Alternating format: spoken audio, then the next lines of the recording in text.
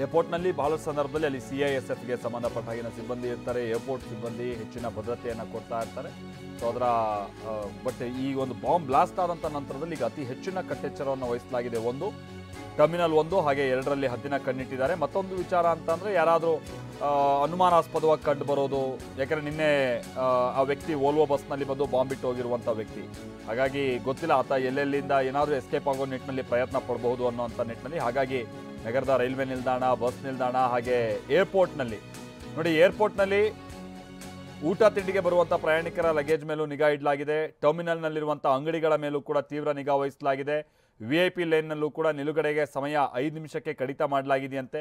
VIP ಕಾರ್ಗೆ ಅರ್ಧ ಗಂಟೆ parking ಸಮಯವನ್ನು ಇಳಿಕೆ ಮಾಡಲಾಗಿದೆ ಅನ್ನುವಂಥ ವಿಚಾರ ಕೂಡ ತಿಳಿದು ಬರ್ತಾ ಇದೆ. ಭಾಳ ಹೊತ್ತೆಲ್ಲ ಕಾರನ್ನು ಪಾರ್ಕ್ ಮಾಡಿ ಅಲ್ಲಿ ನಿಲ್ಲಿಸ್ಕೊಳ್ಳೋಕ್ಕೂ ಅವಕಾಶ ಇಲ್ಲ. ಈಗ ನಾವು ಪ್ರತಿನಿಧಿ ನವೀನ್ ಇದಕ್ಕೆ ಸಂಬಂಧಪಟ್ಟಂಗೆ ಒಂದು ವರದಿ ಕೊಟ್ಟಿದ್ರೆ ಬನ್ನಿ ನೋಡ್ಕೊಬೋಣ.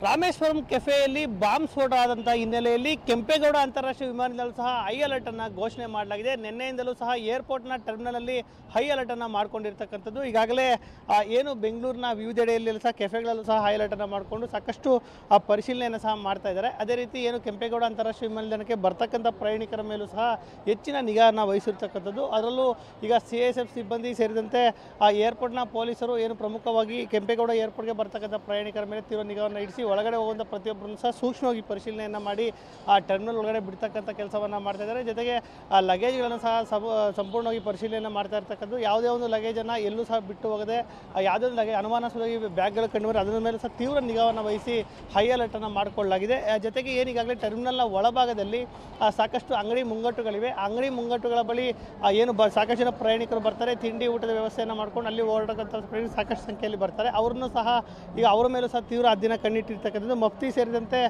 ಸಾಕಷ್ಟು ಸಂಖ್ಯೆಯಲ್ಲಿ ಸಿಬ್ಬಂದಿಯನ್ನು ನಿಯೋಜನೆ ಮಾಡಲಾಗಿದೆ. ಏರ್ಪೋರ್ಟ್ಗಾಗಿ ಇರ್ತಕ್ಕಂಥ ಭದ್ರತಾ ಸಿಬ್ಬಂದಿ, ಭದ್ರತಾ ಪಡೆ, CISF ಮತ್ತು ಏನೀಗ ಪೊಲೀಸ್ ಸೇರಿದಂತೆ ಇಂಟೆಲಿಜೆನ್ಸ್ನ ಅಧಿಕಾರಿಗಳು ಈಗಾಗಲೇ ಕಾರ್ಯಪ್ರವೃತ್ತರಾಗಿರ್ತಕ್ಕಂಥದ್ದು. ಈ ಹಿಂದೆ ಏನು ಇರ್ತಕ್ಕಂಥ ಪ್ರಯಾಣಿಕರ ಸಂಖ್ಯೆಗಿಂತ ಹೆಚ್ಚಿನ ಪ್ರಯಾಣಿಕರು ಬರ್ತಾ ಇರ್ತಕ್ಕಂಥಲ್ಲಿ ಪ್ರಯಾಣಿಕರಿಗೆ ಅನುಗುಣವಾಗಿ ಇದೀಗ ಅಧಿಕಾರಿಗಳನ್ನ ಸಹ ಹೆಚ್ಚಿನ ಸಂಖ್ಯೆಯಲ್ಲಿ ನಿಯೋಜನೆ ಮಾಡಲಾಗಿದೆ. ಅವರು ಸಹ ಹದ್ದಿನ ಕಣ್ಣಿಟ್ಟು ಈಗ ಬರ್ತಕ್ಕಂಥ ಪ್ರಯಾಣಿಕರ ಮೇಲೆ ಏನು ಹದ್ದಿನ ಕಣ್ಣಿಟ್ಟು ಅವರ ಪರಿಶೀಲನೆಯನ್ನು ಸಹ ಮಾಡ್ತಾ ಇರ್ತಕ್ಕಂಥದ್ದು. ಇನ್ನು ಈ ಭಾಗದಲ್ಲಿ ನೋಡೋದಾದರೆ ನಾವೀಗಾಗಲೇ ಏನು ಏರ್ಪೋರ್ಟ್ಗೆ ಬರ್ತಕ್ಕಂಥ VIP ಗೇಟ್ ಇದೆ. VIP ಟರ್ಮಿನಲ್ ಬಳಿ ಈಗಾಗಲೇ ಸಾಕಷ್ಟು ಒಂದು ವಾಹನಗಳ ಪಿಕಪ್ ಡ್ರಾಪ್ಗೆ ಬರ್ತಾರೆ. ಅವರಿಗೆ ಹಿಂದೆ ಒಂದು ಅರ್ಧ ಗಂಟೆಗೂ ಅಧಿಕ ಕಾಲ ಒಂದು ಸಮಯಾವಕಾಶವನ್ನು ಕೊಡ್ತಾಯಿದ್ರು. ಆದರೆ ಈಗ 5 ನಿಮಿಷ ಮಾತ್ರ ಅವರಿಗೆ ಸಮಯಾವಕಾಶವನ್ನು ಕೊಟ್ಟಿರ್ತಕ್ಕಂಥ ಹೈ ಅಲರ್ಟ್ ಇರ್ತಕ್ಕಂಥ ಹಿನ್ನೆಲೆಯಲ್ಲಿ VIP ಟರ್ಮಿನಲ್ ಸಹ ಯಾರೋ ಒಬ್ಬರು ಅಧಿಕಾರಿಗಳು ಅಥವಾ ಜನಪ್ರತಿನಿಧಿಗಳು ಬಂದ ಸಂದರ್ಭದಲ್ಲಿ ಅವ್ರನ್ನ ಕೇವಲ ಒಂದು ಡ್ರಾಪ್ ಮತ್ತು ಪಿಕಪ್ ಮಾಡಿ ಹೋಗೋದಕ್ಕೆ ಒಂದು 5 ನಿಮಿಷ ಮಾತ್ರ ಕಾಲಾವಕಾಶವನ್ನು ಕೊಡಲಾಗಿದೆ. ಹೀಗಾಗಿ ಏನೊಂದು VIP ಟರ್ಮಿನಲ್ನ ಪಿಕಪ್ ಪಾಯಿಂಟ್ನಲ್ಲೂ ಸಹ ಯಾವುದೇ ವಾಹನ ನಿಲ್ಲೋದಕ್ಕೆ ಅವಕಾಶವನ್ನು ಕೊಟ್ಟಿಲ್ಲ. ಹೀಗಾಗಿ VIP ಟರ್ಮಿನಲ್